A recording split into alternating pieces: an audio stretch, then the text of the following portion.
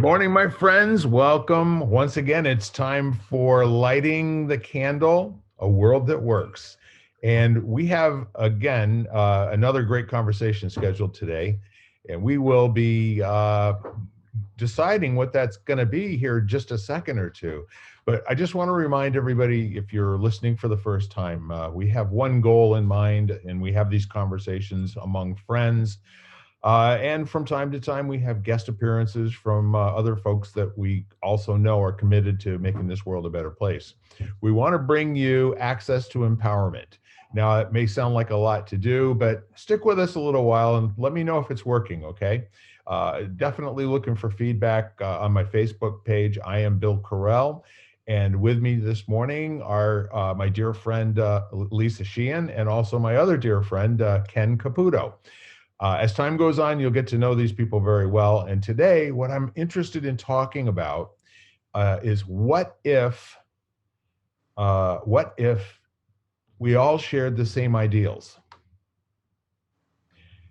And so to maybe get it a little bit more fine-tuned than that, what if there were some things that we could just agree upon as people, no matter who we are and where we are? First of all, what if we could agree on the same ideals? Several different philosophical writers talk about compasses pointing north, right? And essentially what that means is by agreement in organizations, in communities, cultures, what have you, and then in the world, maybe there are some things that we actually do share as ideals. So how's that for a jumping on point?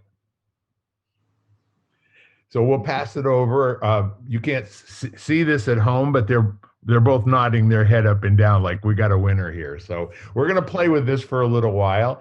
And I'd like to introduce first Lisa. Would you like to say a few words about who you are and what your commitment is and what you do in the world? My name is Lisa Sheehan. I have been in media my entire working career. My passion project is co-publishing a magazine called Epic, empowering people, inspiring communities, what it stands for, and it's what I stand for too. So we just look for ways to better the lives of people and the planet as we go along. Excellent.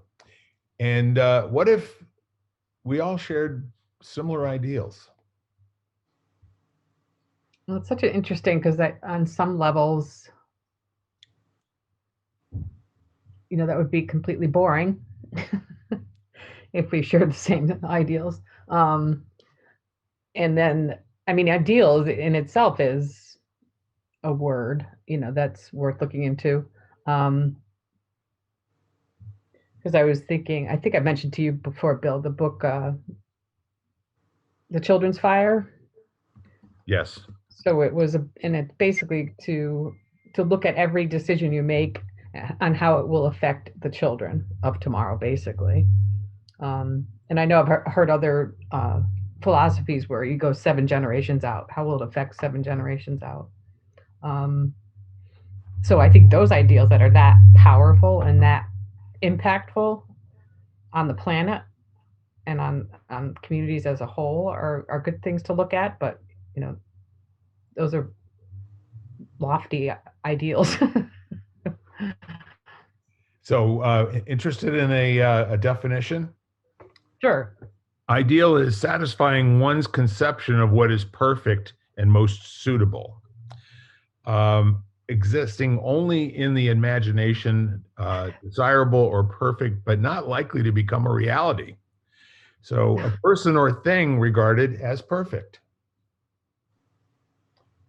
So I think we all know that we're perfectly imperfect, right? Yeah, So perfect is not achievable. right. So we're basically talking about something that would be virtually perfect as an ideal. So I'm kind of curious, Ken, in terms of, I liked what Lisa led with. It would be kind of boring if we all shared exactly the same ideals, you know? That was the first word that leapt to my mind Yeah. when you said it. That's exactly the first word. Yeah. So, so what's interesting is I bet you if you dig down deep enough, like from a core perspective, we probably do align pretty well on, just our ideals. I mean, just, yeah, I mean, yes, there are people that, I don't know, they'll live a life where they find value in hurting other humans. But for the most part, I tend to believe that if people are in a good place in their own life, they would choose not to do that. Yeah. So, so I wonder if you go deep enough, you are going to find some area of agreement. So then, what it feels like it comes back to is less having, the same ideals and more the way we choose to interpret that, and the balance between the I and the we. So, so for some people, their center of gravity is kind of more towards, if I don't take care of myself and my circle, then someone else is going to do things that could hurt me. And other people are thinking less about themselves and more about the greater good, but there's also a risk in that you get taken advantage of and used and abused, that kind of thing. So there's like this, kind of oscillation, that all you can do is, as best you can, try to achieve some semblance of balance, which is not a static thing. It's a dynamic thing, between, caring for yourself personally while also, trying to focus on the community, So it's just kind of interesting. It's, from a business perspective, which is my passion, it's when you want a balanced ecosystem, a business ecology, it's kind of learning to create dynamics where those things are both addressed. So the individual needs to feel that they're valued and they're paid well and they're cared for, and they also have to recognize when they need to step back a little bit from their own personal needs to meet the needs of the team. And all those things have to come into balance. The customer can't take advantage of the business can't take advantage of the customer, all of that. So, this is like a microcosm of what you're talking about. Well, yeah, and essentially what you just described doesn't ever exist in reality, okay? People don't behave in a particular way. They behave the way they behave, and sometimes it works and sometimes it doesn't work. So when you're ideally, building something for the future, for example, Quester's Way, in your mind's eye and in your intention getting out of bed every single day, it was probably, well, I can remember that the whole goal there was to allow people to opt in and work there because they found that it fed them spiritually and physically and mentally. So that said, if people didn't work out there, that wasn't what you were going for. You really were looking to have as many ideas as possible around the business community.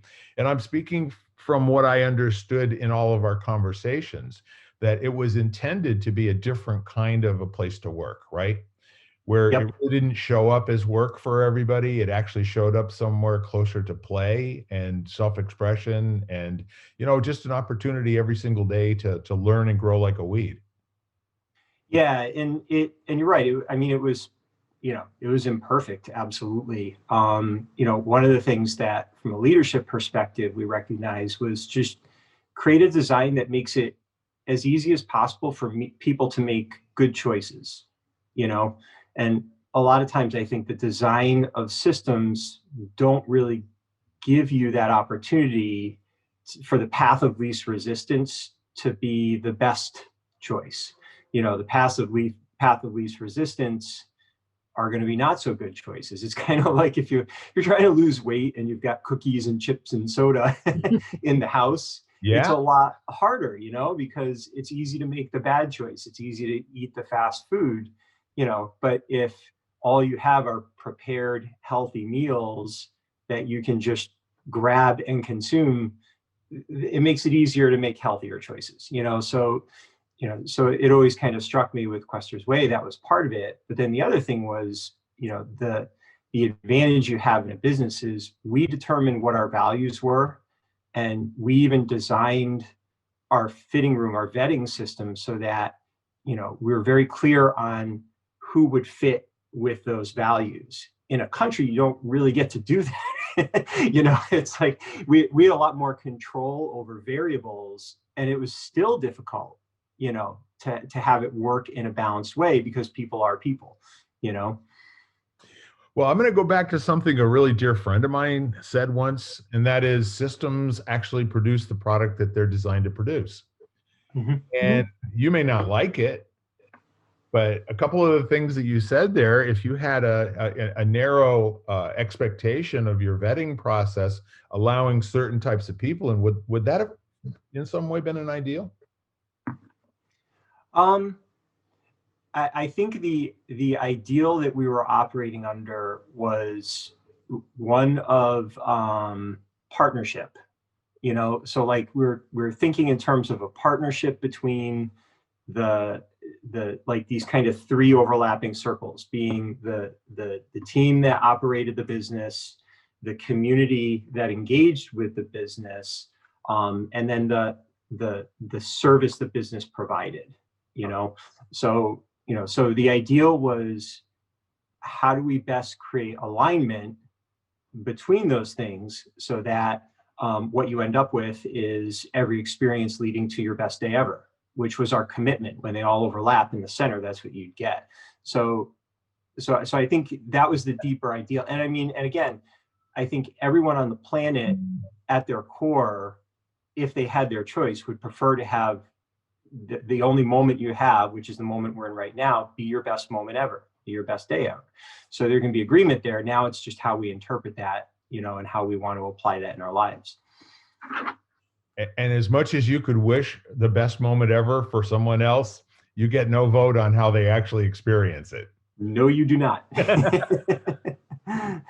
So we're kind of sneaking around the edges of what does ideal mean, and are there actually ideals in countries? You know, for example, in the United States, do we have ideals as a country? I think what you said, at the systems that create the end product, exactly how it was determined. And I think that's, you know, what we're discovering now, or people are talking about more, is that's how the country was started, and that's what we got. So as far as the country goes, but then, you know, like you look at some of the monuments, like Statue of Liberty, you know, that to me is a pretty decent ideal. And it was a gift. I think Right. this was a transference of someone else's ideal into what they thought this fledgling country was all about. And they saw some similarities in, you know, the three, what is it? Equality, liberty, and equality, right? The you know, equalness, liberty, and whatever. But the point is, these are amazing ideals that interpretation by whoever sees that statue for the first time ever. I remember walking through Ellis Island. I don't know if either of you have been there and listened to the headset tour that you can go through, and they recorded, you know, each part of the place where you go through. You're having an experience of folks that got off of a boat and checked into this country through Ellis Island and talked about how they experienced seeing the Lady Liberty the first time, and the people that were dumbstruck after being, you know, on the ocean for, you know, I don't know how long it took back in those days, maybe 3 weeks, a month, whatever it took for them to get over here. And they were talking about how it was just the most beautiful thing they'd ever laid their eyes on, and they had never felt that welcome in their entire life before. So these may or may not have been sentences that were uttered by human beings. However, there are enough people who wrote stories about their experience of seeing the Statue of Liberty the first time. And again, for them, what it represented to them was not a statue. It represented a life that would work. It represented for them this opportunity to be free, you know? So with that in mind, I'm really kind of I'm very impressed by how long it took our founding fathers to, first of all, come up with the Declaration of Independence. These, and then our Constitution. They had really almost knocked down, drag out fights, in writing letters back and forth to each other about what the Constitution should actually include and what they intentionally wanted to leave out. And even still, the main thing that happened was we're, I don't know, 6,000-7,000 miles away from Mother England and getting taxed, like we're getting all the benefits of the rest of the English people. And as a result of that, some people saying, okay, it's really not fair for us because we're helping to support people that are over there. And I don't think we're really a colony all that much anymore. We're actually our own country. So again, they sat down and they said, if this thing were to work, let's see if we can give it a set of rules that would be an experiment, and that hopefully we will have thought of enough things and we will have built in, opportunities to make changes to it as time goes on. And so they finished their Continental Congress, and they finally got finished writing the Constitution. And the story goes that Ben Franklin walked out and he was asked by someone, you guys know this story, right? And the question was, do we have a monarchy or do we have a republic? Two hugely different concepts and ideals in terms of how a country will grow. And reportedly, Ben's answer was a republic, if you can keep it.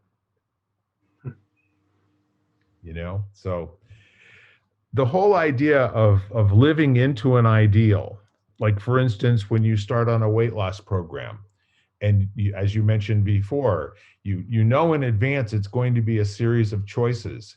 However, you don't actually physically have those choices until you're presented with options that either fit or don't fit the ideal. And that said, I'm involved in a process now that's called Noom. I don't know if either of you have heard of this before. Yep. And it's a really easy thing. It takes about 9 to 12 minutes every single morning, to go through some brief topics, and they're more or less leaving it up to the individual that's in the process to choose their own foods, but based on what your goals are and your height and your starting weight, and the lifestyle that you live, they give you a budget for calories. And the budget is really like those, finger Chinese things that the more you pull on them, so they keep adding more things in. So first, it's just a total number of calories. Then it's a split of they have these color designations where they're either green, yellow, or red, the foods, and it has to do with their caloric density. So for instance, lettuce, a pound of lettuce, is going to be this big and it's going to fill your stomach. And so it has a very low caloric density. However, an avocado has a greater caloric density, and in order to get like 300 calories of lettuce, you got to eat like a whole head, right? Or more. And eat, one avocado is going to give you about 350 calories. And so that's kind of it. Then they're giving you a split between how many calories are green, how many calories are yellow, and how many calories are red. So you have lots of ways to fail consistently on a daily basis, and then have the opportunity for that to not mean anything to you, and it's all just like research. But I'm in this group with about 50 other people, and it's amazing how trained they are to use the language of failure. Oh. I slipped, I had 3 cocktails today and I wasn't planning on having any.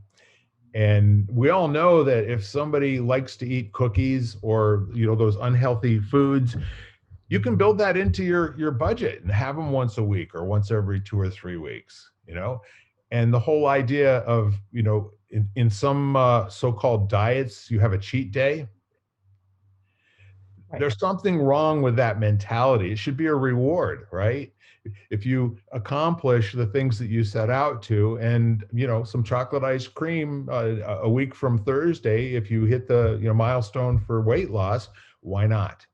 A healthy life can have everything that's available to you that you actually want.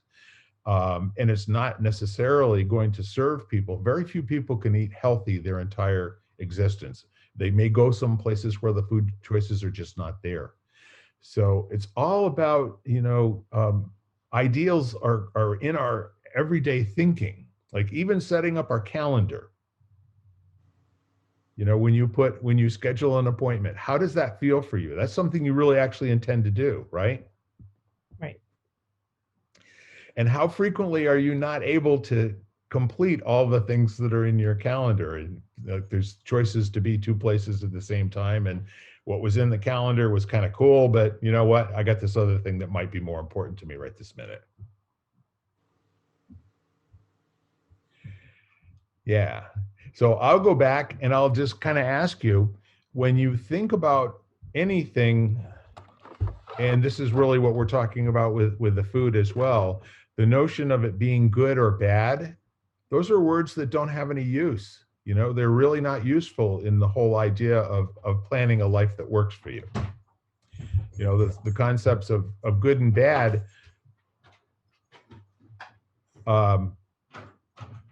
My daughter's here from New Jersey, and they're getting ready to go to the beach. So I'm kind of prattling on here, as my Brit friends would say. But the whole idea is that there are some things that go on and dynamics that go on in our life that we don't pay attention to. They're just there. You know what I'm saying?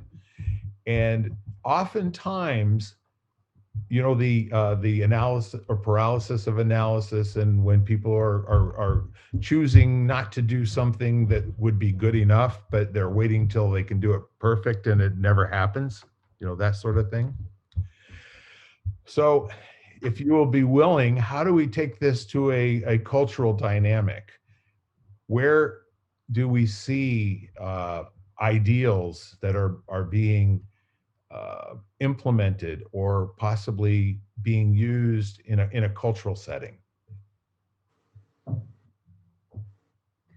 I think it may be helpful. It's kind of interesting. I'll use the weight loss as a model for this, and I'm going to go back to, just because I love business. So I think about Jim Collins a lot. The author of Great by Choice and Good to Great.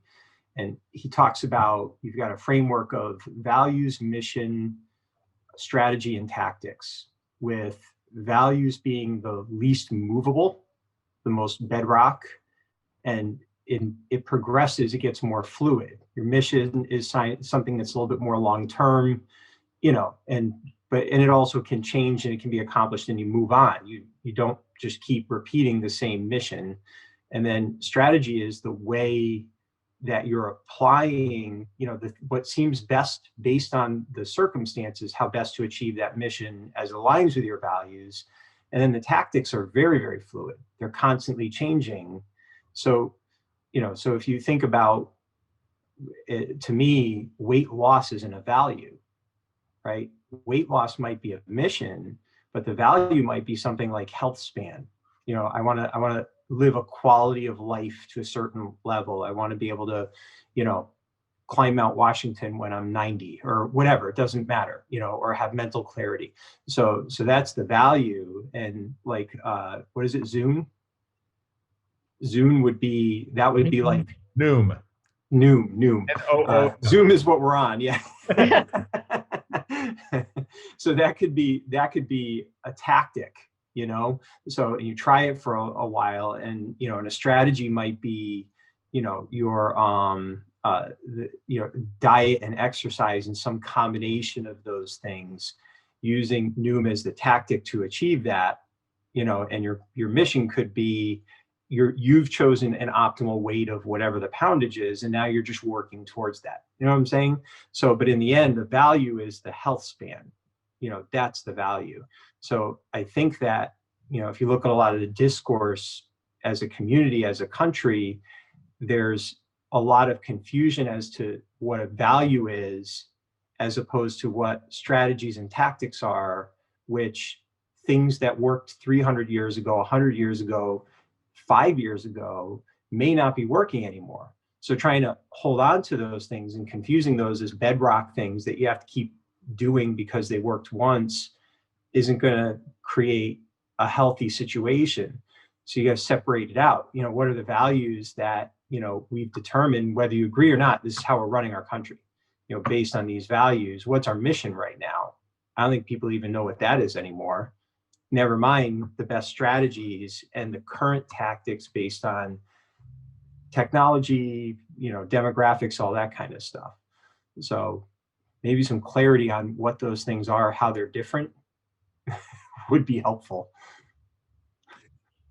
Yeah, and there's no agreement. You know, as you said, you can go from one school district to another school district. They're teaching different curriculum.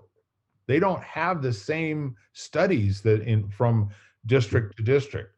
And the really interesting part of it is that we've lived through this for 50 or 60 years. Do you guys remember, Lisa? You may IPA. The beer? No, it was actually the International Phonetic Alphabet. No. We're trying to teach that in the school systems. When you look in a dictionary and it has an AE joined together and dots over the top and all that sort of thing, somebody decided that that was going to be an easy way to teach kids, because once they learn to associate the sound with that, because A can be pronounced like 11 different ways in words, but that would make it very definite for them. So they would have 11 different symbols for A, if, you know, carrying this out to the extreme. And so there's always been, you know, this experimentation, you know, up to recently Common Core. In the 90s, I recall, you know, when we were doing all of the neighborhood revitalization stuff, and there was a guru who came out. Are you guys familiar with the term Ebonics? Oh, yes. Yep. So this guy came out and it was floated up the flagpole, and it got so many holes shot in it. The guy, for some reason, he thought if you taught you know, people of color, you know, in their street language in their community, that would make it easier for them to learn, treating them almost like an ESL student, if you will. We're going to speak to them in the language they hear on the street every single day, and then we're going to translate that back to, you know, common English at some point in the future. That didn't get adopted. And even ESL, when you think of all these different things that people put in, as opposed to having the kids just do the hard work of learning whatever subject it is in the first place, does that seem to, you know, the ideal of producing a better quality student that can perform better on tests and whatever that ideal was for education? How's that been working, you know, for us in this country? I think it served its purpose at the time, but we all know the education system needs a complete overhaul, and how that's going to happen, especially like you talked about, different districts not even doing the same thing within a town or a state. So, you know, to make it countrywide or even statewide would be, you know, to have to start at the ground level and work up. But, you know, you have the magnet schools that I think are trying a little bit, and that kind of thing seems to at least acknowledge the differences between students, their different learning levels, and that kind of approach. But yeah, as far as I think the whole school system needs to incorporate life skills, and we've talked about that before too. It's just missing a lot of things that would behoove people living in this modern tech world that moves too fast. Yeah, go ahead, Ken. No, I'm just thinking, why does it have to be such a big freaking deal?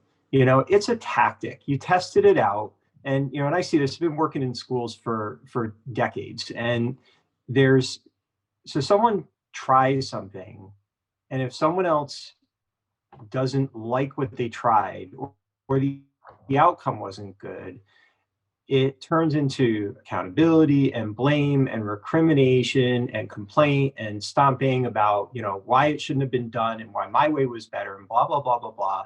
Why not look at it and say, all right, that didn't work the way we expected. Is there any value we can cultivate? How do we utilize that? What can Ebonics teach us? There must have been some valid reason that he had for thinking about that. So, and it maybe if everyone, instead of just beating them over the head about it, which happens with so many people that try to do something new in the entrepreneurial world. Just Henry Ford said it. If I'd asked people what they wanted, they would have told me a faster horse.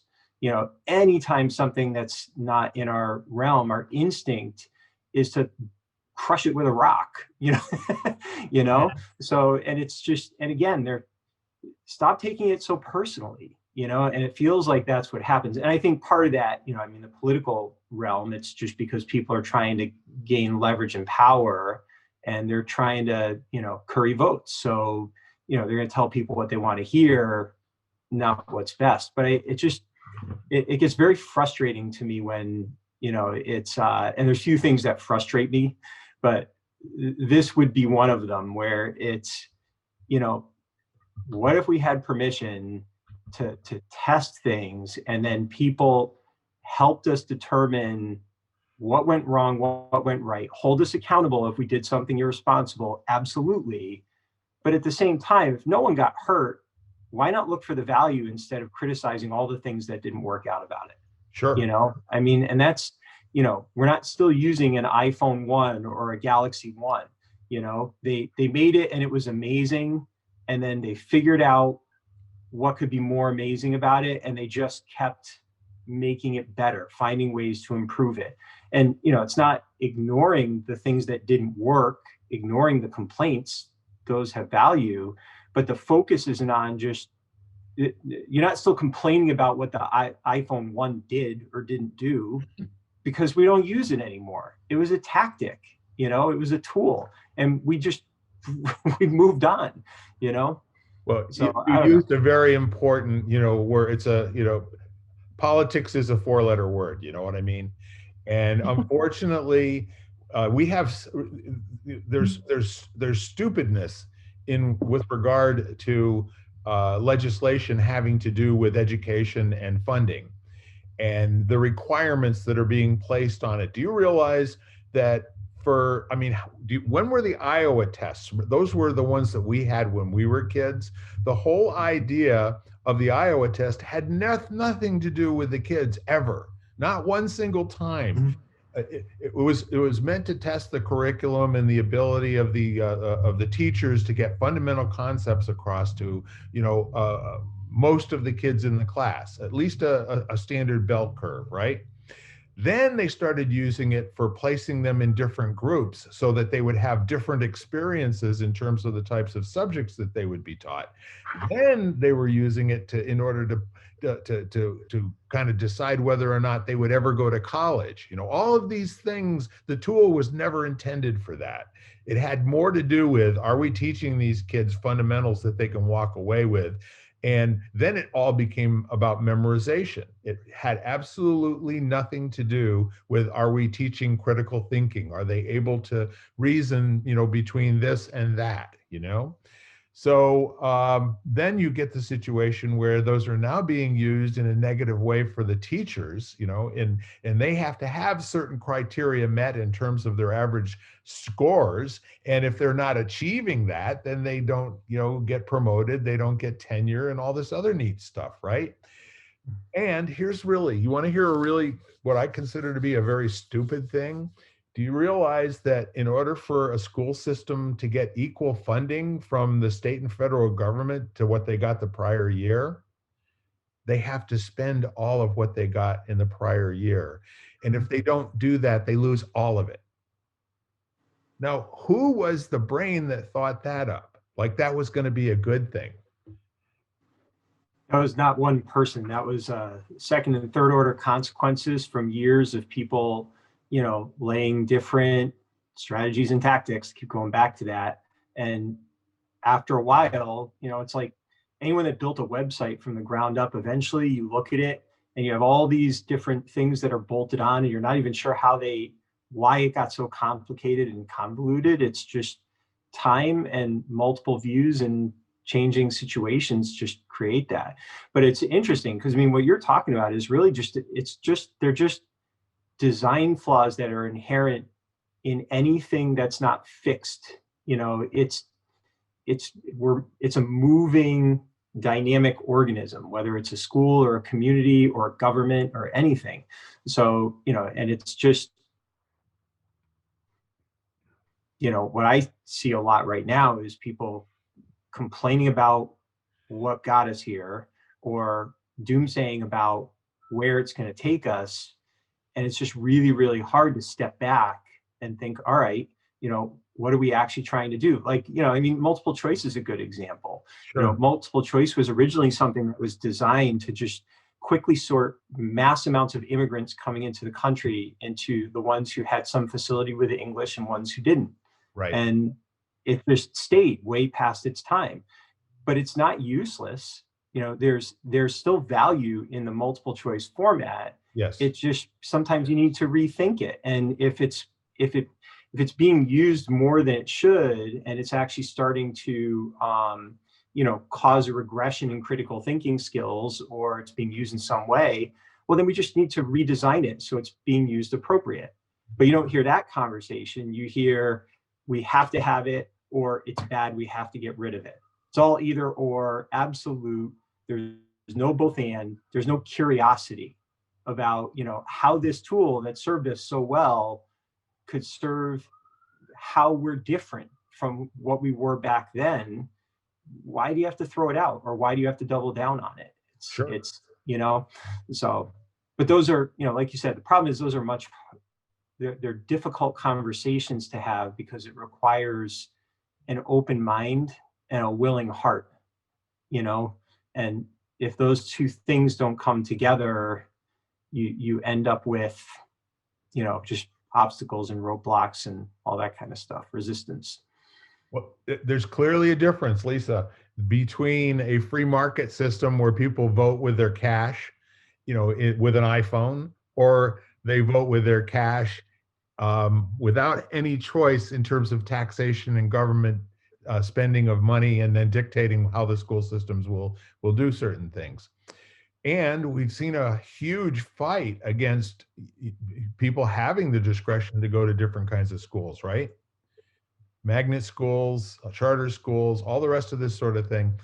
And when you get down to it and you look very carefully, in the inner cities, are there many charter schools and magnet schools there? We gotta have somebody on that can talk about that. You know what I'm saying? That has some firsthand experience. Yeah, and it does change from state to state too, because there's that part of it as well. Sure, Lisa. I have to go. I'm sorry. Oh. All right. Well, we're getting to the end here anyway. And any closing thoughts for you? The only things that came to mind was like to ask the perpetual questions. Like, before it used to, well, one of the good ones is why, to the, like, again, to the seventh why, or, but after hearing Ken, it was like, then how, ask that, keep asking that, within whatever, however, wherever two or more are gathered. Yes. Better questions. Ken, any wrap up?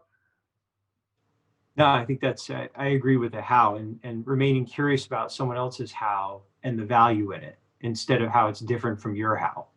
Mm-hmm. It's like, what's the value in someone else?